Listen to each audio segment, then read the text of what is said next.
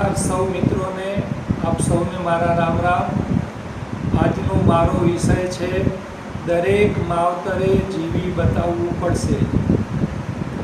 દરેક માવતરને એવી અપેક્ષા હોય છે કે મારો દીકરો ભગવાન રામ જેવો મર્યાદા પુરુષોત્તમ બને, પણ દરેક માતા પિતા ભૂલી જાય છે કે ભગવાન રામ જેવો જો દીકરો જોઈતો હોય તો દશરથ જેવા પિતા અને કૌશલ્યા જેવી માતા બનવું પડે।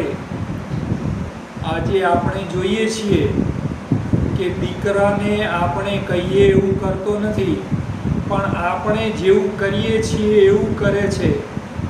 બાળક સૂક્ષ્મ રીતે દરેક માતા પિતાનું વર્તનનું નિરીક્ષણ કરતું હોય છે, એટલે દરેક બાળકની આગળ આપણે શ્રેષ્ઠ જીવન જીવીને બતાવવું પડશે। ભગવાન આપણને એક નિર્દોષ બાળક આપે છે, તો એમાં કટુતા ભરે છે કોણ? સૌ પ્રથમ આ બાળક દરેક માતા પિતાને મળે છે, પછી શાળાએ જાય છે, તો આ બાળકમાં કટુતા આવી ક્યાંથી? બાળકમાં જે કટુતા આવી છે એના જવાબદાર માતા પિતા છે।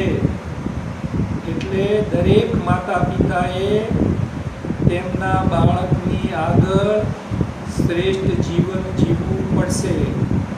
આપણી ઈચ્છા મુજબનું જો આપણે બાળક જોઈતું હશે તો એ પ્રમાણે જ આપણા બાળકની જોતા આપણે વર્તન કરવું પડશે।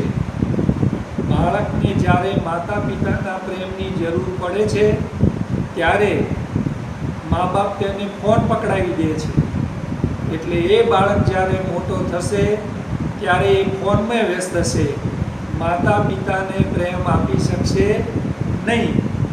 એટલા માટે દરેક માતા પિતાને મારી વિનંતી છે કે તમારા બાળકો સાથે બેસો, એમને પ્રેમ આપો, લાડ કરો, આપણા જે સાંસ્કૃતિક અને રાષ્ટ્રીય શ્રેષ્ઠ મૂલ્યો છે એની ચર્ચા કરો, એને સંસ્કાર સાથેનું શિક્ષણ આપો, તો જ એ બાળક આપણા મનની ધારણા મુજબ બનશે।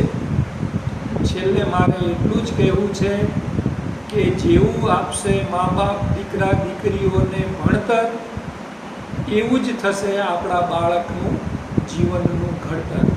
Thank you so much. આ ચેનલ ફોલો અને સબસ્ક્રાઈબ કરવાનું ભૂલતા નહીં। ધન્યવાદ।